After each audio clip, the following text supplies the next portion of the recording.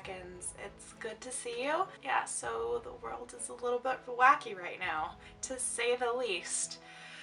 So I'm going to try to be posting a little bit more in the next couple weeks because schools are canceled, and so I don't really have a job to do, so this will keep me busy and reading and engaged, and hopefully it'll provide a bit of an escape for you guys too. Yeah, I guess that's first things first. I hope you guys are staying healthy midst of all of this. Keep washing your hands and social distancing, but I hope that you are also taking time to enjoy beautiful things, enjoy art and TV and movies and books and just the little things in life that give you enjoyment. Spend time talking to your friends and family, even if you can't be close to them physically.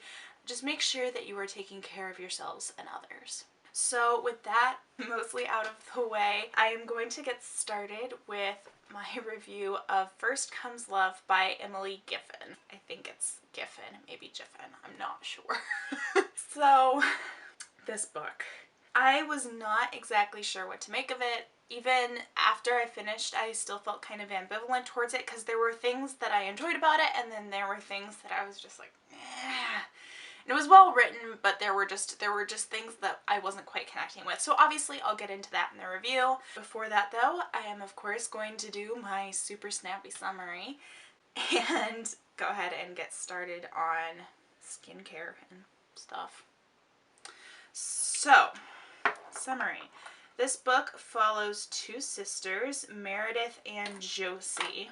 The book starts out actually by outlining the night that their brother was killed in a car accident. So Daniel just went out for a burger and was unfortunately hit by a driver that wasn't drunk, he just didn't see him. The bulk of the book takes place 15 years after the fact, when both Meredith and Josie are in their late 30s, and just kind of outlines how that grief and that trauma still affects them to this day. Josie and Meredith have a pretty tumultuous relationship to begin with, and it only gets worse after everything with their brother happens.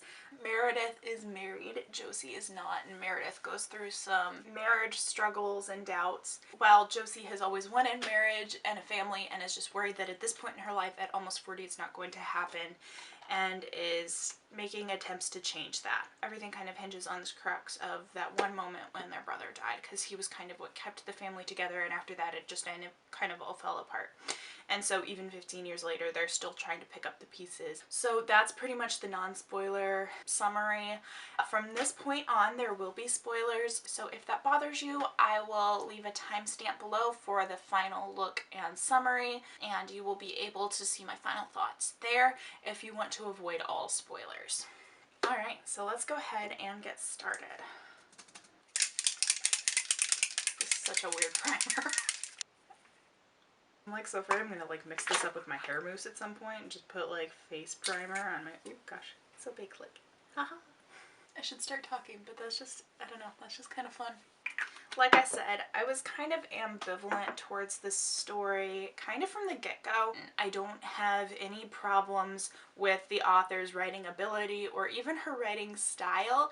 It was just the characters, and more specifically Meredith, that I just did not connect with, because I just honestly found her very grating. I think the characters are realistic, but that also unfortunately means that in Meredith's case, she's realistically annoying. She just kind of has this viewpoint on life where, you know, she deals with things in a very internal way, but she kind of holds everything in and then kind of blame shifts, and she herself is blameless, and there's just this kind of self-righteous aspect to her character that just rubs me the wrong way. And you can see where she's coming from, you can understand where she's coming from. That doesn't make it less annoying, unfortunately. The book bounces back and forth between a first-person narrative of Meredith and a first-person narrative of Josie. Oh gosh. This way, foundations, they don't come with pumps. Why don't you come with a pump?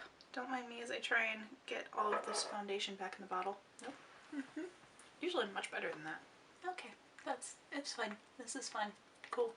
Josie's interesting because she technically does worse stuff. They both deal with their grief in interesting ways. Josie is much more externalizing. She deals with her stuff by seeking comfort in friends, in alcohol sometimes, in just anything external. She doesn't like to focus on what is going on internally with her emotions. She kind of pushes it to the side until she absolutely can't avoid it anymore. Meredith is the opposite. She internalizes everything. She holds everything in, whether that be grudges, anger, her own desires and needs. She kind of pushes all that aside for the appearance of looking proper on the outside. I don't know, it's pretty hard to watch, I think. The way she deals with that kind of tense sibling relationship, just, like I said, it rubs me the wrong way. And I'm actually going to read a couple of my notes because I feel like that kind of captures like what I was going through trying to like figure out what exactly was rubbing me the wrong way about her character, because it took me a while. And again, this has nothing to do with the author's writing ability. It just has to do with the character. I don't like her. And it ends up okay, I guess, but just still. Oh, I should probably show you what I'm using, shouldn't I? Anyway, so let's. I should have a. Does this have a mirror? Should have a mirror. Can't open an eyeshadow palette. I still have foundation on my hands. Help! Help! Help! I can't open it. Oh my gosh. Open! I just opened you like 5 minutes ago. There we go. She'll be known as the woman who opened a palette. That was a very bad reference to Ever After. If you clocked it, you've watched Ever After too many times. Let's talk about Meredith and what I don't like about her. Actually, I might just do my brows really quick because it's hard for me to look at my brows and look at my computer screen at the same time. Okay, now I can read my notes. So I think Meredith mostly bothers me because she just whines and complains a lot and judges Josie's decisions and gets mad at her when she doesn't talk and when she does. Like, double standards much? My next note was, I think I would like Meredith better out of first person, which I still hold true even after reading the book. Meredith always accuses Josie of making everything about her when objectively it really doesn't seem like that. I agree with Gabe, who's Josie's best friend. It's really no wonder that Josie never goes to Meredith with anything serious when all she gets is negativity. Next, Josie objectively makes much worse life decisions and has a lot of self-sabotage, but is really far more enjoyable to listen to and empathize with, which is interesting because personality-wise, I should be much more interested in Mare. Also, I'm gonna put in my brow gel because I can do that while looking away. Like I mentioned, Meredith goes through... Is this drying up? No, don't dry up. I like this. So Meredith is going through kind of a rough patch, understatement, with her husband. It's her brother Daniel's best friend, and they got together like years after Daniel died. And through some unfortunate events and very bad therapist advice, which I will get to in a hot second, and trust me, I will rant about it because it bothered me, she almost ends up divorcing Nolan. Because she feels like she only got together with Nolan out of like a sense of duty to kind of make something good happen from Daniel's death and to like keep things happy, and she thinks the same is true of Nolan, that he only got together with her because of Daniel. And she kind of says this, and Nolan's really, really hurt, obviously, because he's like, no, I married you because I love you. What the bleep? There is some heavy swearing in this book, by the way. And so she goes through most of the book trying to figure out what she wants to do about her marriage. Like, even though she loves Nolan, she thinks she's not in love with him, and maybe she never was, and there's this whole big thing, and she loves her daughter, but she's like, she wants to figure her life out. And when she was in college, she originally went to college for theater, for acting, and she wanted to be an actress. And then after her brother died, she stopped acting and she decided to go to law school. And then, you know, she's now a practicing lawyer and everything. And so she's also unsatisfied with her work. And so she takes a sabbatical and she ends up going to New York near the end of the book just to kind of get away. And so she just kind of stays there and tries to figure everything out and da-da-da-da-da-da. So my note on that bit. Meredith's rashness about dealing with her not love of her husband is also really frustrating. Like, he loves her so much. Not that that changes her feelings at all, but love is work and commitment, and trauma/guilt is different than never loving at all. So my notes on that were kind of, or more just about, I was frustrated with how she kind of projected her own uncertainty and her own insecurities onto Nolan. Like, instead of talking through it with him, she just assumed how he felt and then based all of her decisions around that. And even when he said, no, that's not true, I do love you, I fell in love with you, this has nothing to do with Daniel, she still kind of frames all her decisions in that context. And she said, okay, well, but I made all the decisions because of Daniel. And like, I don't know, like, even if that's how she was legitimately feeling, which I think she was, because that was kind of the way she dealt with things. She was internalizing. She was taking everything upon herself because she was like, well, I have to keep my family together because my sister is messing up her life, so I have to be the perfect daughter. I have to go to law school. I have to have the family. I have to stay in my childhood home. Da-da-da-da-da. And just the way she handled it just irks me, because the way she talked about love made it seem like it was just some sort of feeling you should feel. And like, oh, by the way, using the Baby Got Peach palette by ColourPop. And yes, I'm using this because I had trouble figuring out what my makeup look should be, and it takes place in Atlanta, Georgia, and Georgia is known for its peaches. So, peach. I don't know why I interrupted my rant to say that, but I did. Anyway, so just the way she dealt with that bothered me, and the way she viewed love bothered me, because it very much seemed, instead of like work and commitment, which she acknowledged that she loved Nolan, that their time together had been pleasant, but she was like, I'm just not sure if we're in love with each other. I'm just not sure that we were meant to be together. And like, for someone who's so seemingly open to going to a therapist and getting therapy, it seems really bizarre to me that she wouldn't even suggest like couples counseling with Nolan. She just takes the advice of her bad therapist, like tells Nolan all of this confusing stuff before she really has time to think about it, then lets crap happen, and then runs off to New York for 3 weeks to try and like figure her life out without really ever communicating with Nolan. And even when she gets back, she still doesn't really communicate with him until like Nolan kind of forces her to communicate. And it's just like, it almost seems like she just is like, she's chasing a feeling of love and then not willing to make stuff work, and it until like literally the last chapter of the book. And it bothered the heck out of me, because these ideas of like soulmate love, these emotions that people chase after, just bother me, because that's not how love works. Love is work and commitment. Love isn't just an eternal feeling of like ethereal bliss. It's something you actually have to strive for and work towards. And that seems more like what she was describing. Like, what she was describing seemed like they already had, and then she wasn't willing to work to continue having those feelings of comfortableness with her partner. And I just, oh, that turned into a rant. I haven't even touched my eyeshadow. So that was a lot of what bothered me about Meredith. That sort of philosophy kind of carried over into her relationship with her sister. Like, she just blame shifted a lot, and everything that happened was obviously Josie's fault and no one else's. And, you know, she didn't bear any culpability. Ooh, there still had shadow on it. Oops. Well, I guess I will do it to match on the other side. And, you know, obviously Josie doesn't take things seriously just because she deals with things in a different way than Meredith does. And it just drove me nuts. Okay, so this therapist, it struck me the wrong way. And I was like, I'm pretty sure that this is unethical, what this therapist is saying.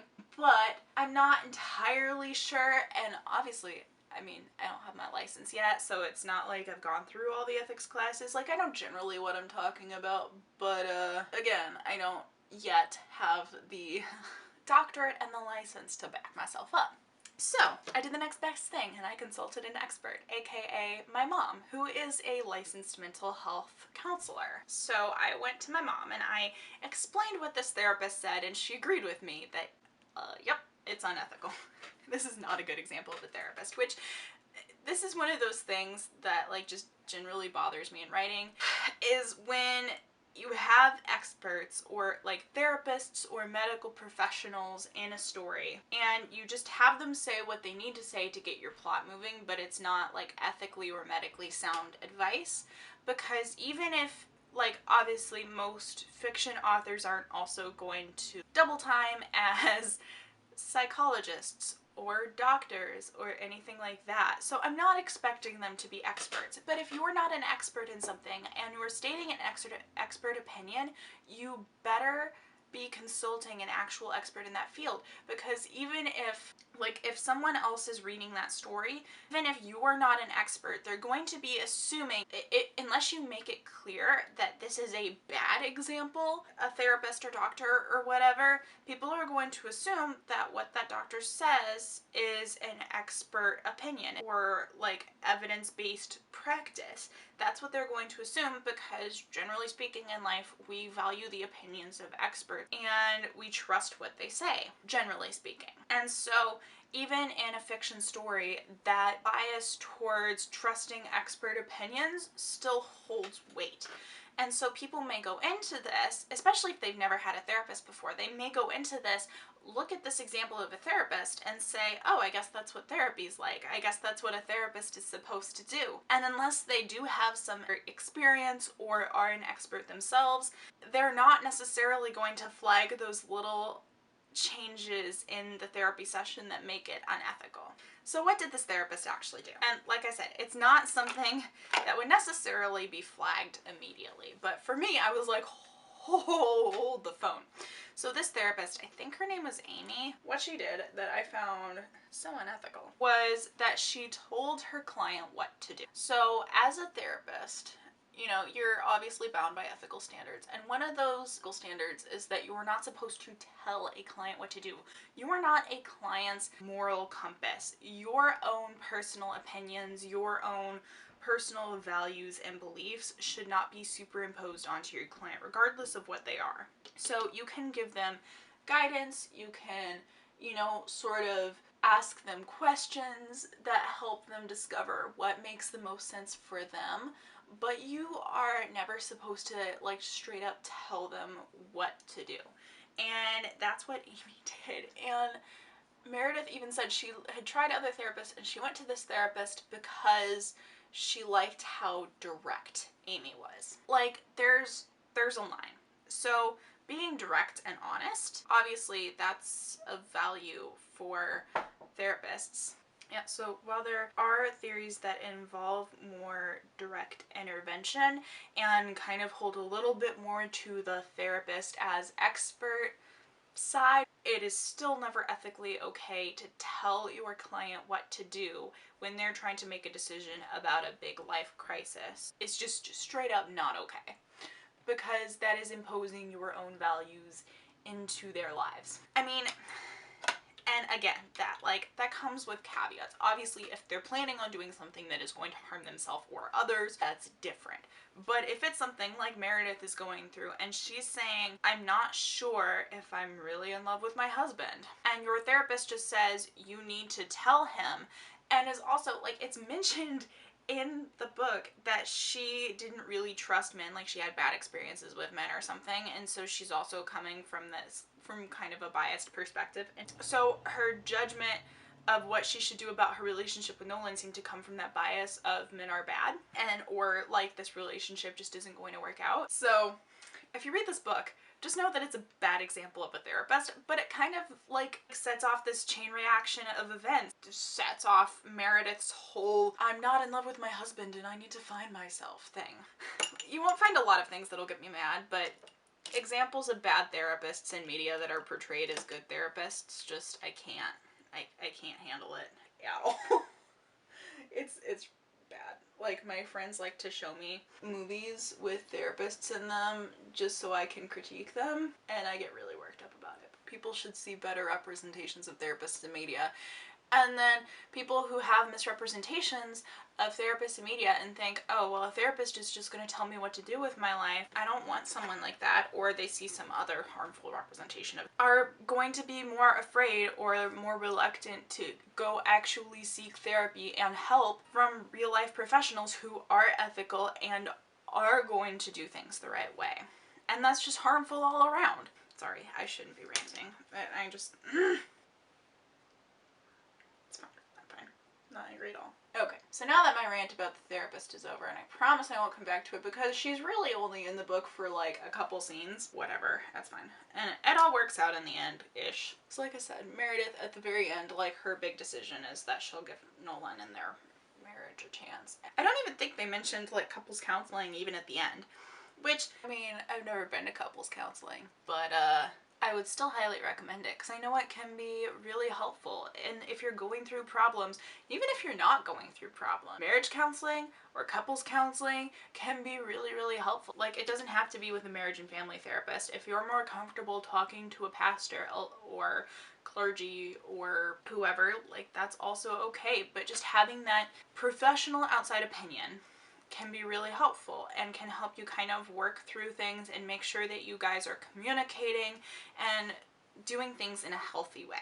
That would be my recommendation to Meredith and Nolan, and also to any of you who feel like you need it. Just don't be afraid to communicate. And that was a lot of, I mean, that's a lot of the struggle in like every fiction book ever, honestly, but yeah. Let's see, what else do I want to rant about? Oh, okay, so I haven't really talked about Josie's side of the story much. So Josie is a first grade teacher. I'm trying to figure out what she wanted. She has always wanted a family and a child, and it's just not happening. And then she had this one really bad breakup with an ex like a few years ago, and he ended up meeting and marrying this other lady and ends up with his daughter in her classroom, and that just kind of sets off her whole chain of events because deciding about what could have been and how this relationship with Will went wrong. Because like I said, she is an externalizer. She does not want to deal with her emotions. 15 years has gone by and she still hasn't really dealt with this grief. Anyway, so she decides she's done with all these failed relationships, but her ultimate goal is she wants to have a child, and she is going to achieve that goal. So she decides that she's going to get a sperm donor and just have a child on her own, which her family does not react well to, and this further strains the relationship between her and Meredith because Meredith can only apparently view Josie as irresponsible and says she's not going to follow through, and if she does, it's going to be terrible because, you know, Meredith is a negative Nancy. Josie had a date scheduled, and so she calls it like her last date ever. And this guy is named Pete. He's a physical therapist. He turns out to be really nice, and she tells him, by the way, this is my last date ever because I've given up on love and I'm going to have a baby on my own. And just kind of as a joke, she says, oh, well, do you want to be my sperm donor? And he's like, yeah, I'd consider it. And so that starts this whole wacky chain of events where Pete agrees to be her sperm donor. Like, she looked through like sperm banks and everything and decided that she didn't really like want to like have someone she didn't know at all. And so she wanted like acquaintance sperm, which everyone else said, hey, this is a terrible idea because that complicates things. But Pete's really chill about it. And he was like, you know, you seem really cool and I just want to help you out. I want to do something good with my life. And if I can help you achieve your lifelong dream of having a kid, why not? You know, after Meredith goes off to New York and whatever, Josie offered to help with Harper, who's Meredith and Nolan's daughter, because she was going through stuff because she lost her bunny at Legoland. And Nolan asks Josie to go to the graveyard with him. That's the first time that Josie has ever gone to Daniel's grave. And that's kind of a big moment for her because it's the first step she really takes to kind of dealing with all this stuff. And the other thing that Josie deals with is she discovers that this tragic accident, it wasn't actually just Daniel going out for a birth. So what actually happened, and again, this is major spoilers, because this is kind of revealed partway through the book. On the night that Daniel died, Josie had gone out to a bar because she was dealing with her own, you know, like typical college stuff. Was drinking to cope, got completely and utterly wasted. Nolan happened to be at the bar that night and saw that his best friend's little sister was completely wasted, and he was trying to hit on a girl and he didn't want to deal with Josie and have to drive her home, so instead he called Daniel and said, hey, come pick your sister up. Daniel was actually on his way to pick up Josie when he got in the car wreck that killed him. So because she was so wasted, Josie didn't really remember this, but she had this like terrible feeling that it was her fault. Didn't really know Nolan was there, or did she? I can't remember. Either way, she wasn't sure this happened. A few years later, like when she was dating Will, she kind of got her suspicions not confirmed. She still didn't know for sure, but like a little more evidence. Maybe that was when she found out like Nolan was there somehow. I don't remember, but either way, like this kind of wrecked her because she was like, oh my gosh, it's my fault that my brother died. It's my fault that my brother died. So Gabe is her best friend and also her roommate, and she ran to Gabe and was like crying and like, I don't know, but I think like, please don't leave me. And so she ends up like curling next to him in bed, and then Will comes in and sees them and assumes they're sleeping together, but she's so afraid of telling him the truth that she was just like wrecked about thinking about her dead brother that she lets Will assume that she was with Gabe even though she said she wasn't, and the whole thing falls apart. So she finds out the truth of the matter like during the actual present day course of the story. She talks with Nolan and finds out for sure what happened. She decides that she does need to tell Meredith now that she has it confirmed. She goes to New York to tell Meredith. Meredith blows up at her, which what I wrote was, Meredith's reaction to Josie's confession is somehow both understandable and way over dramatic at the same time, and I'm not entirely sure how. Like, I understand the freaking out and being really upset, but not fully blaming her for everything like she planned Daniel's death. It's still a tragic accident, just a bit worse now. Like, because what happens is, you know, obviously Meredith's gonna be upset, but she like says, you shouldn't have kept this from me for 15 years. And she literally just found out for sure that this happened like 2 days ago, and then immediately decided she had to come tell. Like, it wasn't like she was sure, she was just scared.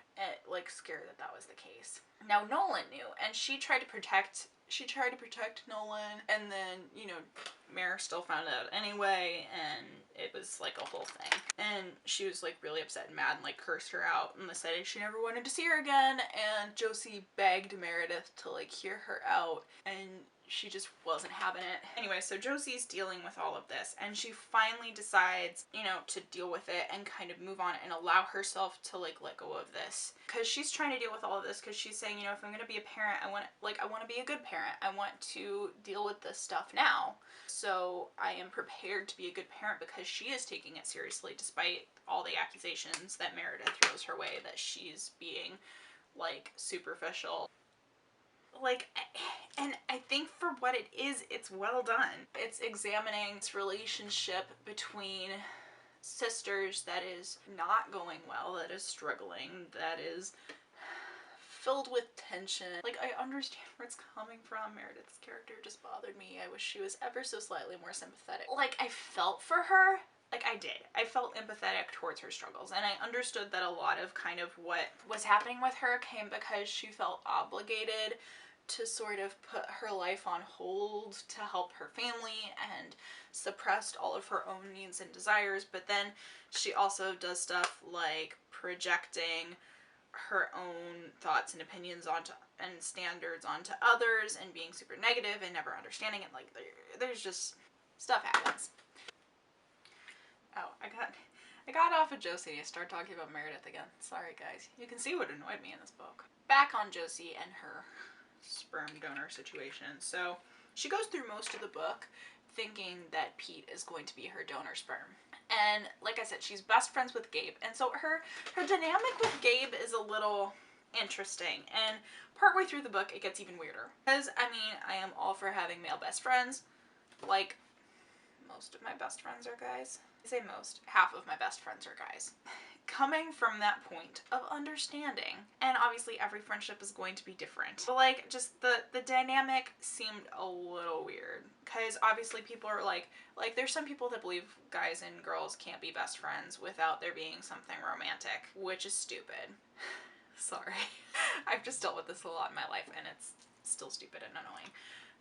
There's that feeling out there that a lot of people have. I was curious how it was going to turn out, because most authors tend to really like that trope of best friends to lovers, and the fact, like, I don't know, I wasn't sure how it was gonna go, because they were already roommates when the book started, and they'd been roommates for years and were still very platonic. Gabe is very supportive and logical.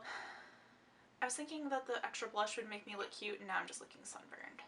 Okay, anyway, so like I said, I wasn't quite sure where she was going to go with this. So they did stay just platonic the whole time, and I was happy about that. I was like, okay, cool, so this author does actually believe that guys and girls can be platonic best friends. But the dynamic got a little weird, so Gabe ends up dating this gal named Leslie, and they seem cool together or whatever. And there's this kind of will they won't they with Pete and Josie, which Pete obviously likes Josie, and Josie likes Pete, but she's still going forward with just the sperm toner thing, and it's interesting. So, like I said, she's going forward with this. People are kind of like giving Josie a hard time for wanting to go with acquaintance sperms. They're like, this could get way too complicated. You don't, like, you barely even know Pete, da da da da da. And so Gabe kind of brings this up at one point and said, well, why don't you use mine? Like, I'd be there for the kid. It'd be way simpler. We already live together. It'd be simple and it'd just be platonic. And I'm like, what? It was so weird. And Josie's just like, you would really do that for me? And he was like, yeah.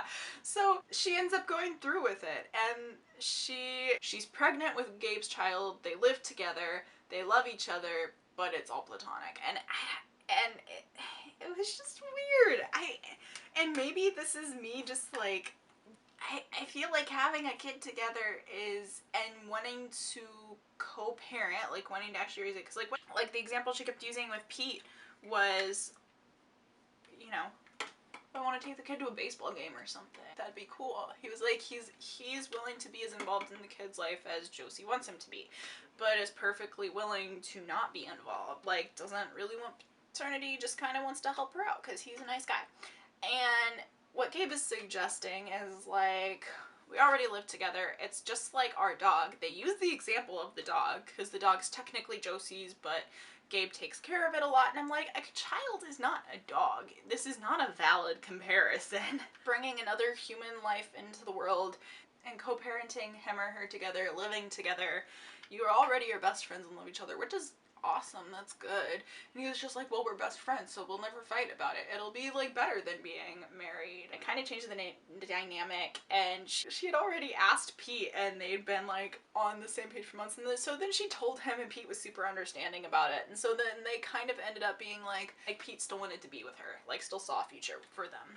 And so that's kind of where the book left off, so it was kind of implied that they're going to get together. Hey, editing Callista here. So the one other thing I wanted to put in about this specific portion of the book that made the dynamic even weirder. Like, Gabe did all of this without telling his girlfriend Leslie, who had already been at least mildly jealous at some point about Josie's closeness to Gabe and the fact that they were roommates. And so Gabe just went and asked Josie if, like, he could be her sperm donor and they could raise the child together without consulting his girlfriend, and he was just like, oh, she'll be cool with it, she's chill. And then she just was. I don't know, it made it even weirder. The fact that she was okay with it, like, completely chill, and Josie was like, oh, Leslie was surprisingly chill, and it's like, really? That seems way too easy. Okay. That's all I got. Back to your regularly scheduled program. She's pregnant with Gabe's child, and she's going to raise the child with Gabe. I don't know. Like, I don't feel like that's a platonic thing. Like that doesn't, it just doesn't feel platonic. I'm so sorry. Like, maybe I'm wrong. Like, if you think that that is something that platonic best friends could do while also living together and, like, raising the child together, it kept the appearance of being platonic, but the dynamic just seems really weird to me. Like, that doesn't seem like something that would hold for the foreseeable future. Yeah, I'm literally so serious. Please tell me down below what you think of this, because I still don't know what I think about it. I still don't know if I think it's just really too weird or not. I mean, like, that's a thing that people do. People co-parent and stuff while not being romantically together anymore. That's what divorced couples do all the time. Never being together romantically and raising a child together and living together, but being with other couple romantically, but also still being best friends and going under the assumption that it's like raising your dog. Like, it feels like it goes over way too many lines. And maybe they're arbitrary lines, but still, they're still lines. I don't know. Guys, tell me, please. I don't know. Okay, so just a couple other notes on the Josie plotline. So I really did like Pete and Josie. Like, Pete was a cool character, and he seemed like a really nice guy, and I was just like, I was down for that, honestly. Like, after their first date and they kept hanging out and he agreed to be her sperm donor and everything, and Josie's still like, I've given up on love, and like they both kind of like each other. Okay, I understand that you need to have like a baby soon because you're pushing 40, but you guys obviously get along really great. He's already willing to have the kid with you. Like, why didn't they just start dating right away and like see where it led? I don't know. Like I said, I was pretty happy with Josie's storyline. I thought her arc was really well defined, and she was a very sympathetic character. And even though she made mistakes, like, she still remained sympathetic the entire time, which I appreciated. Oh, I still need highlighter. That's what I forgot. I do like the concept, and I think it's interesting to kind of explore the long-term effects of grief and trauma. I think a lot of books don't really deal with the long-term effects of losing a loved one. I mean, they kind of do, but kind of don't. Like, but a lot of times the long-term is like a year or two later when it's still really fresh. But this is like, how does it affect you when it's like 15 years later? How does losing a person that's that close to you affect you dramatically and change the course of your life? I think it was mostly just little things that bothered me, and maybe if it hadn't been in first person, it wouldn't have bothered me as much because I got to like see how the characters were thinking and how Meredith thought really bothered me. When I say the characters, you know I'm just talking about Meredith. I mean, it does portray 10 sibling relationships well. It's a realistic struggle for people to like not communicate and not talk to each other and all of this other stuff. Take it or leave it. If that kind of stuff in plots bothers you though, then it's probably going to bother you in this book. Just being honest. Alright guys, so this is the final look. Like I said, most of the book takes place in Atlanta. I've been kind of stuck with this peachy, fresh pink look, and also, you know, pink is associated with love a lot of the times, and a lot of the shade names already have to do with love, so I didn't really struggle much finding superficial connections in my makeup. Yeah.